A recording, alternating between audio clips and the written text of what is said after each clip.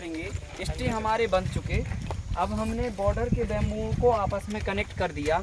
Connect करने के बाद पूरे स्ट्रक्चर को बाहर की तरफ स्ट्रेच कर दिया, ठीक है।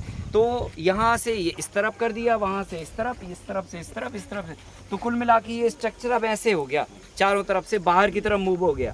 अब हम क्या करेंगे कि अंदर से इसको पकड़ के इन लाइनों को आपस में जोड़ेंगे। तो इन लाइनों को आपस में जोड़ने के लिए हम क्या करते हैं, वायर का ही इस्तेमाल करते हैं। और ये वायर होगा आपका 16 गेज का, 16 गेज का। अगर स्ट्रक्चर 5000, 10,000, 1 एकड़ का है तो 16 गेज का वायर चलेगा। अगर इससे बड़ा स्ट्रक्चर है तो फिर 14 गेज का वायर होना चाहिए। 14 गेज इससे ज़्यादा मोटा होगा, ठीक है कि नहीं। हाँ, तो अगर आप बड़ा बना रहे हैं तो आप 14 गेज का यूज़ करें, नहीं तो 16 गेज तक 1 एकड़ में चलेगा। अंदर के लिए, हाँ, अंदर के लिए और स्टे के लिए भी, दोनों ही जगह पे। अब क्या करना है, ये लाइन को आपस में आपको जोड़ना है। ये बेड की साइज है अपनी। हाँ, तो लाइन को आपस में जोड़ने के लिए, मतलब बैम्बू से बैम्बू को आपस में जोड़ने के लिए आपको क्या करना कि बांस नहीं लगाने। अभी तो बॉर्डर के बैम्बू को आपस में जोड़ने के लिए हमने बैम्बू का इस्तेमाल किया है ना। ये तो हमारी बॉर्डर थी, क्योंकि इसी से हमें खींचा खांची करनी हर जगह, ये खींचना, ये खींचना, ये खींचना। तो यहाँ वायर लगा देंगे तो वो तो बात ही नहीं बनेगी। आप बाहर खींचोगे तो बाहर ही खींच जाएगा, अंदर खींचोगे अंदर खींच जाएगा। वायर तो मुड़ने वाला होता है, मुड़ जाएगा वो, ठीक है। तो यहाँ हमने इसलिए बैम्बू लगाया ताकि यहाँ पर स्ट्रॉन्गनेस रहे, बराबर। अभी ये लाइन को जोड़ने के लिए हम बैम्बू भी इस्तेमाल कर सकते हैं या तो वायर भी इस्तेमाल कर सकते हैं। पहले हम बैम्बू ही इस्तेमाल करते थे। उसमें हम क्या करते थे, बैम्बू को फटा देते थे, ये लंबे वाले बैम्बुओं को, और एक बैम्बू के 4 बैम्बू बना के और जोड़ देते थे और बांध मतलब देते एक थे। यहाँ फंसाया, फिर यहाँ फंसाया। नहीं, बांस बांध सीधा बैम्बू को फटा के, लंबा बैम्बू फटा दिया, जैसे आपने ये किया है चार वही होगा, टुकड़े लेकिन फंसा हमने दिए उसको 4 भाग और यहाँ पे बांध के और सीधा उसको बांधते गए आखिरी तक। मतलब यही बैम्बू बांधना है, पर टुकड़े करके पतला, क्योंकि यहाँ पे अब हमें अंदर बहुत मजबूती की ज़रूरत नहीं है। मजबूती तो इससे आ गया। हाँ, तो लेकिन फिर क्या होता है ना, उसमें टाइम थोड़ा बढ़ जाता है आपका, बांस की क्वांटिटी बढ़ जाती है। वायर ऐसा होता है, थोड़ा रेडीमेड होता है, आप यूज़ कर सकते हो, उतना उसमें कोई बुराई नहीं है, क्योंकि जंग लग के ये ऑटोमेटिकली मिट्टी में मिल जाने वाला प्रोडक्ट है।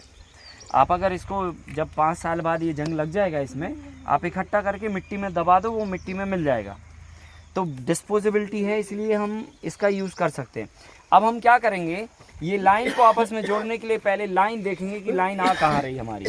तो लाइन का जो अलाइनमेंट आएगा आपका, वही लाइन के अलाइनमेंट के सामने हम यहाँ पे वायर बांधेंगे, क्योंकि ये हमें सीधा ले जाना है ना भाई। तो अब क्या होगा, ये अलाइनमेंट इसके बिहाफ पे तो बना नहीं है ना। अगर इसके बिहाफ पे बना होता इसकी रेफरेंस से, तो हमें यहीं पे बांधना पड़ता और सीधा ले जाते। लेकिन ये तो इसके बिहाफ पे बना ही नहीं है अलाइनमेंट तो वो अपने इंडिविजुअल बिहाफ पे बना है। तो हमें क्या करना, उसका ही रेफरेंस लेना है। अगर वो सीध वो लाइन की इधर आएगी तो वायर इधर बांध के आप सीधा ले जाओगे। अगर वो लाइन की सीध इधर आएगी तो ये बैम्बू ऑप्शन है अब आपका, आप यहाँ पे भी बांध सकते हो, यहाँ पे भी बांध सकते हो, यहाँ पे भी, और इस तरफ यहाँ पे कहीं पे भी, समझ गए ना।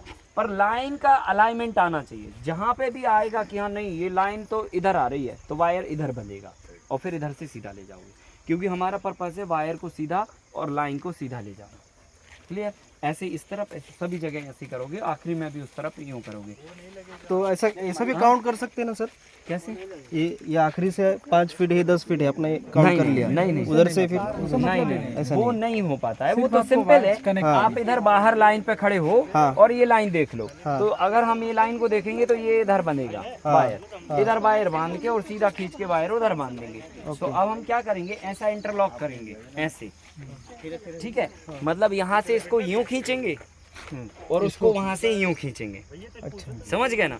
तो क्या होगा, ये स्ट्रक्चर अब जो है ना, अब अंदर की तरफ मूव होगा, इस तरफ और उस तरफ, और फिर क्रॉस में भी करेंगे तो इस तरफ और इस तरफ मूव होगा। तो ये पूरा फिक्स हो जाएगा, किधर पे भी नहीं होगा। एक दूसरे सीधा लेके वहां तक नहीं जाएंगे, नहीं, वहां तक ही जाना है। खींचेंगे तो दोनों तो आएगा ना, एक ही वायर लेके जाना है, सिंगल कनेक्ट करते हुए जाएंगे जाके, और वहां से उसको बांध देंगे, उसको वहां से खींच के बांध देंगे। जैसे हमने ये किया ना, यहाँ बांधा, वो ऊपर करके ऐसे खींच लेंगे। हाँ, तो ऊपर ही खींच के और उसको बांध देंगे। तो क्या होगा, ये ऐसे खींच जाएगा।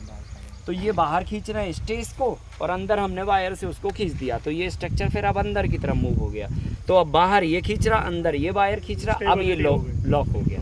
स्टेबिलिटी आ गया। सर ये यहाँ पे जैसे वायर को ऐसे घुमा नहीं ये बाद में वो एक्स्ट्रा घुमा इससे भार बढ़ के जाता। इसलिए नहीं ले जाना है, समझ लो, वो भी अच्छा क्वेश्चन है।